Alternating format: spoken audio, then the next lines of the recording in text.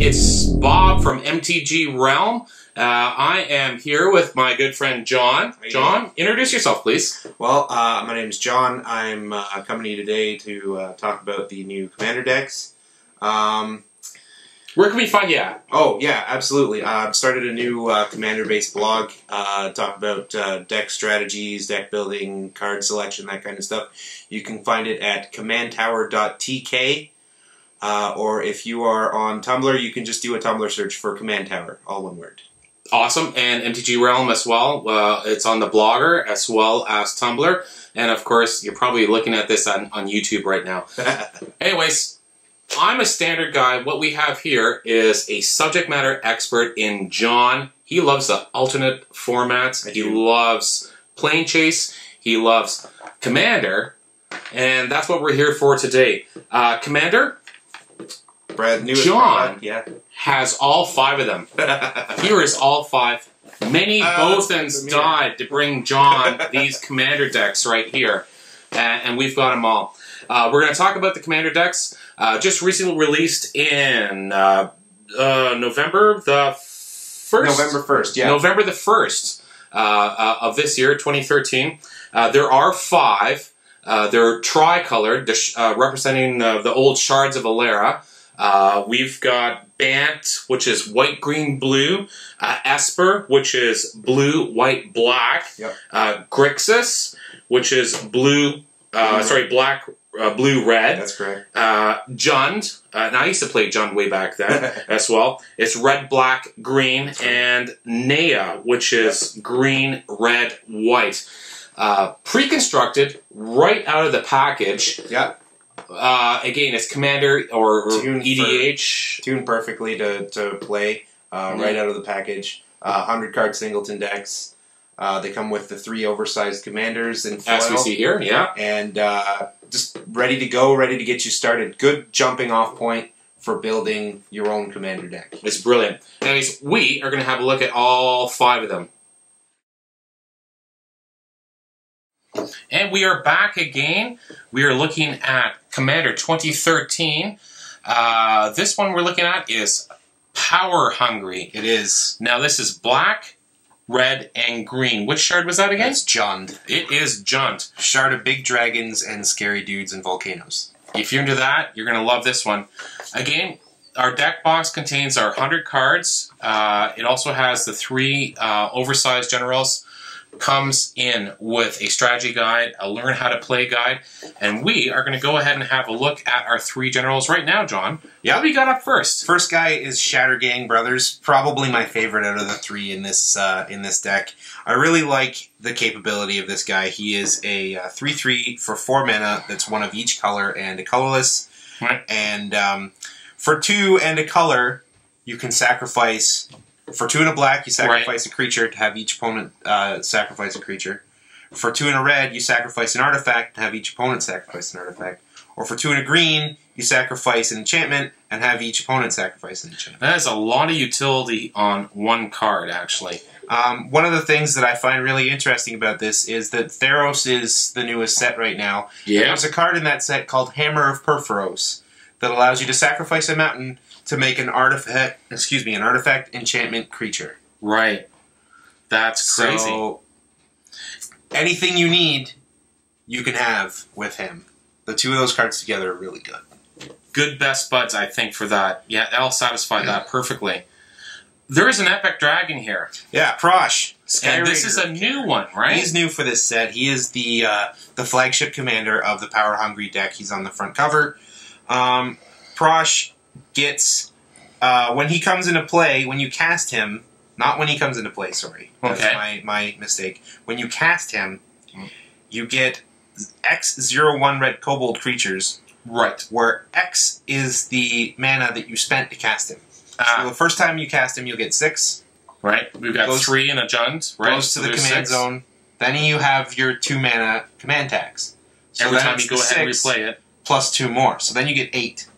And then that's a lot of 0/1s. That's very good. And sacrificing another creature. Go ahead and pump that. Sacrificing another creature gets him +1/+0 until end of turn. You're right. So he makes 8 dudes when he comes into play. you can eat them all and give him +8/+0. All those kobolds, really bad job description. Just read that. That's brilliant. Yeah, that could get crazy really quickly, especially on the second, third, you know. Very good. And our last one, John. Sek'Kuar Deathkeeper. He is back for this one with shiny new art. Wow. He was first printed in Cold Snap, actually. Cold Snap. And Sek'Kuar Deathkeeper is 5 mana for a 4/3. And whenever another non-token creature that you control dies, you get a 3/1 black and red Graveborn creature token with haste. A Graveborn creature token. Very, very seldom used creature type. Pretty unique. One thing about this is one of the generals that actually this deck is the first one that we've had commanders talk about generating tokens.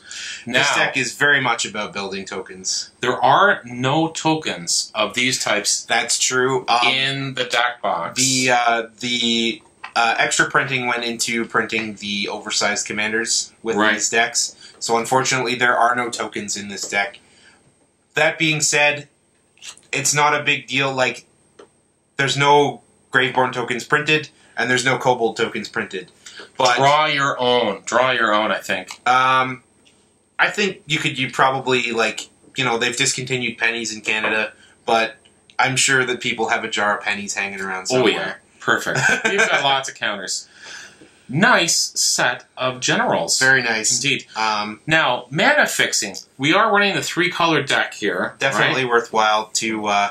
both of these come in all 5 of the commander decks. Right. So what do we have here now? Well, Command Tower's returning for another round. Fan favorite. It is utility. Always good. And Opal Palace is brand new for this set of 5. Definitely worthwhile getting one of those in any aggressive-oriented commander deck.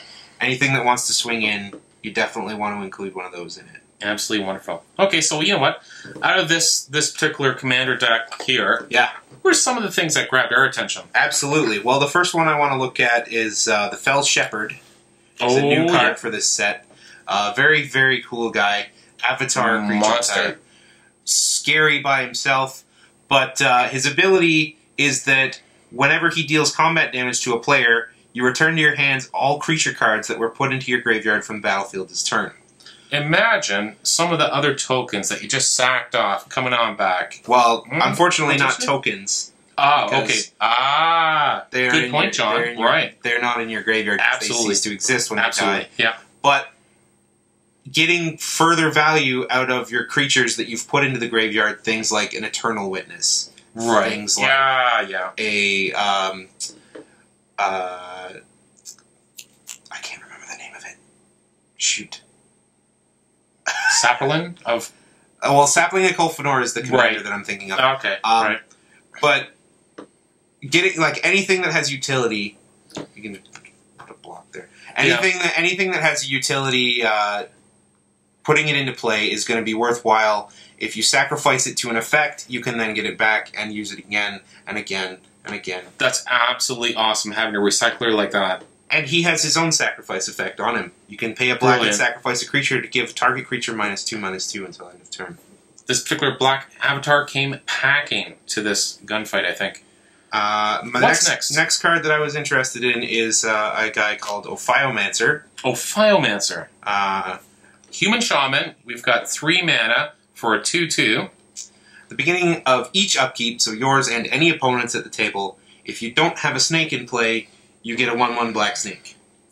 That sounds like a free snake every turn, possibly. It doesn't seem like too much, but when you consider some of the other sack effects for things in this deck, it becomes a lot, because you're consistently getting a free creature every turn, and then using it for your sack effects. It's always good. It's always worthwhile.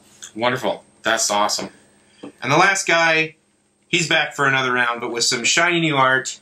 Everybody loves the art on Goblin Sharpshooter. I really, really like the art, but he's also just a really good guy, because he doesn't untap on his own, but whenever a creature dies, you untap him. Right. And you tap him to deal 1 damage to target creature or player. Imagine if you put something on him that had Death Touch.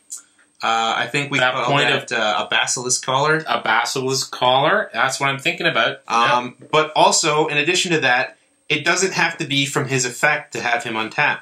All of these cards that sacrifice tokens will also make him untap. That is pretty sweet, and that is a really good effect, especially in this particular build. This is a really strong build, I think, overall. This is one of the cards that is, one of the decks that is better constructed out of these sets of 5. Between this one and the Grixis one, I think, are the two that I like the most. Right. They're very, very well done, and they're it's definitely, if this is your color combination, it's definitely worth getting one of these. All right, you know what? I am certainly hungry for Power Hungry, our Jund build here. Great deck. Now, if you were looking for minor modifications, adjusting to flavor or taste, Putting your own signature on it. Yeah, go ahead. Look at our articles that we've written up. Check out the links below. Yeah. And we'll see you back for one more, I think. Excellent. Thank you very much, John. Watch some more videos.